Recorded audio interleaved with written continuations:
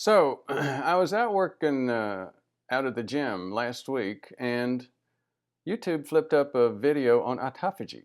I was a little bit surprised. I usually end up talking about autophagy with most of my cardiovascular prevention patients, but you can usually see it's sort of like uh,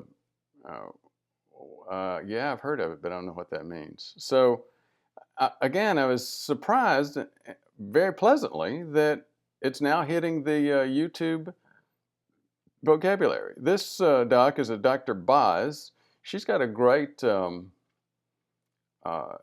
YouTube channel and community focusing on low carb and fasting.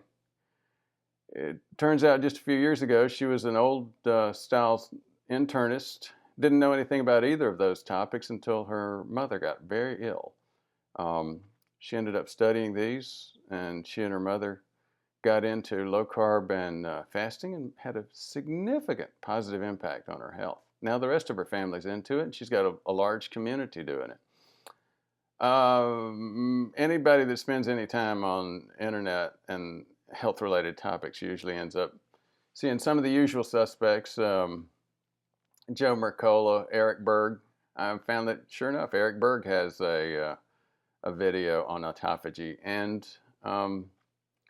he's got a lot of the concepts right. Autophagy, I'll explain, we'll go into the details of what that means in a few minutes, but it's garbage recycling, just like he says there. I'm going to describe a Nobel Prize that I think created a lot of the recent awareness. It was Nobel Prize for Medicine in 2016 was for autophagy. Um, some some work a fellow Yoshinori Osumi did, but I'll cover that, and then I'll talk about a great review article in the New England Journal, which goes a little bit more into the detail and gives some good pictures. Everybody loves pictures, makes it easier to understand what's going on.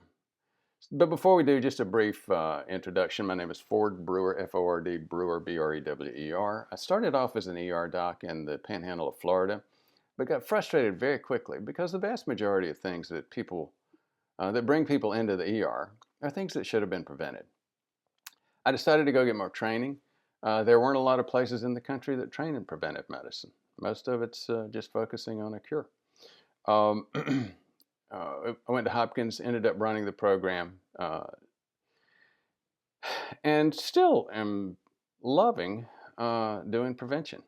This channel is a way of sharing prevention with anybody that's interested, and hopefully arming you with the information that you need to impact your own health. Of course, you often need a doc to help, but when you start talking about prevention, the vast majority of these issues you don't need a doc to do. So anyway, back to autophagy and the 2016 Nobel Prize. The winner was for medicine. The winner was Yoshinori Osumi, and the work that he did started in the early 90s and went mostly through the 90s. So he got his Nobel Prize 20 years later. He started his work with baker's yeast.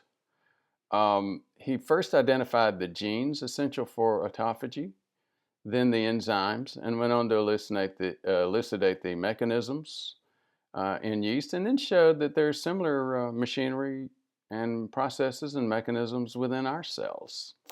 So this led to a new paradigm in our understanding of how cells recycle junk. Anything from worn out mitochondria to viruses that have invaded us to torn bits of protein.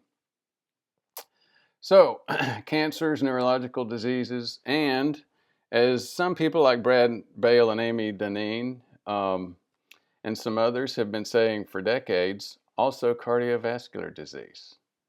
All of these things are very much related to cleaning up junk in our cells. So how can that be? Well, again, we'll get a little bit more into detail on this. This is one of the first, I'm just going to go through the pictures for the most part on that New England Journal article.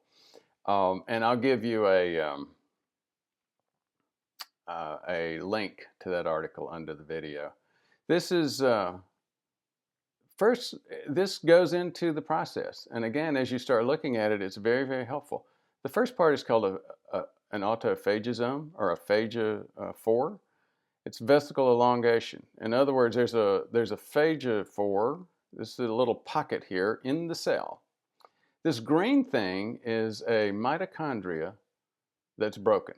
It's not working very well. The cell recognizes that, and this phagophore begins to encircle it. Then it completely engulfs it. At that point, it's called a mature autophagisome. Again, auto meaning self, phage meaning to eat, and zome meaning a body. So a body used to eat the part of itself within the cell. Now, lysosome, remember, some means a little body. Lyso means to split. So you've got the damaged mitochondria isolated in the autophagisome. Then you combine it with a lysosome. Now, how do the lysosome releases enzymes which digest the defective, beaten up, worn out, broken mitochondria. And again, that's what lysosomes are basically pockets of enzymes which are used to digest trash material. So you put that lysosome with the enzymes, the digestive enzymes, together with the autophagisome with the junk in it, and it begins, the digestive enzymes begin to digest and end up digesting the junk. That junk is then reused after it's been digested by the cell to rebuild new organelles. Now, I'm not going to go into this very deeply. It's difficult to see, but there's just a couple of components here that help you begin to think about some of the lifestyle issues that we've been hearing a lot about recently. Let me just read a couple of things. Nutrient signals modulate a signaling process depending on mammalian target rapamycin, mTOR. You've heard that a lot. AMPK, you've heard a lot. Now, what you have, and here's another thing that you've heard, insulin has a negative impact on this process. Fasting, starvation, here you see starvation, and rapamycin increase this process. So again, you see this mentioned multiple times in this article, how starvation or fasting increases autophagy and how insulin decreases autophagy.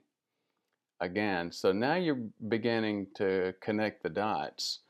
Cardiovascular disease, like many other diseases of aging, tends to be a disease where you get a lot of buildup of junk in the cells because as we develop insulin resistance, you get higher and higher levels of basal insulin, and that basal insulin just slows down and stops the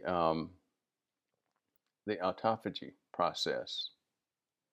In addition, being overweight. We start getting into a vicious spiral of gaining weight, our blood sugar's too high, our insulin gets too high and stays too high, trying to push that blood sugar down. And again, in multiple ways, we're not stimulating autophagy. Now, what has autophagy got to do with this? This shows the impact of autophagy on several different types of diseases. Infectious diseases is the first and easiest to show. And I recopied this a little bit larger so you could see it. The one down at the bottom is showing infectious diseases. Xenophagy. Xeno means outside. So these are viruses and bacteria that have been caught and engulfed into an autophagosome, and then the lysosomes have been combined with this autophagosome to digest the bacteria and viruses. So again, these are some of the things that autophagy does with infectious diseases. Up here with cancer, again, similar process. You get cell death, chemosensitization, and tumor suppression. In other words, you kill cancer cells. I'll just give you a brief, pardon the scan there, but you see I've got basal cells, and I've been using a medication which stimulates the inflammation process and autophagy. Again, that's this process going on with cancer. I'll do another video on that. It actually makes the point that inflammation is not always bad. Sometimes you need inflammation to kill cancer cells. Now, but that's not what this video is about. This video is connecting that it's showing some of the visual processes associated with autophagy and what they have to do with plaque, cardiovascular disease. Unfortunately, the bottom of this is cut off, but this lower left-hand corner talks about vascular disease, plaque stabilization and regulation and proliferation. As you see here, this is an arterial, an artery on cross-section. Down in the bottom, they've got a plaque. Now, what's this apoptosis? Actually, apoptosis is cell death. Well, what has cell death got to do with this? So, if the inflammatory process that we're talking about is mast cells going in and polymorphs, the two types of cells that we know that will eat plaque, then you can get a cell death. These cells can get too busy, too active. The lysosomes actually pop within the cell, and there's too many of them and kill the cell itself. That results in hot liquid plaque. So again, I hope this helps to connect some of the dots between our immune system attacking our plaque and the role of autophagy. Autophagy is it's critical to getting rid of plaque, stabilizing it. But if we have too much of it going on too quickly, it can cause danger by apoptosis, killing cells. I hope this has been helpful. I'm not going to go into some of the other details in this review article. There's a lot of diseases which we've discovered which are related to problems with autophagy. Inflammatory diseases, Crohn's disease, actually Parkinson's disease, Paget's disease, ulcerative colitis. Again, if you've made it this far, thank you very much for your interest.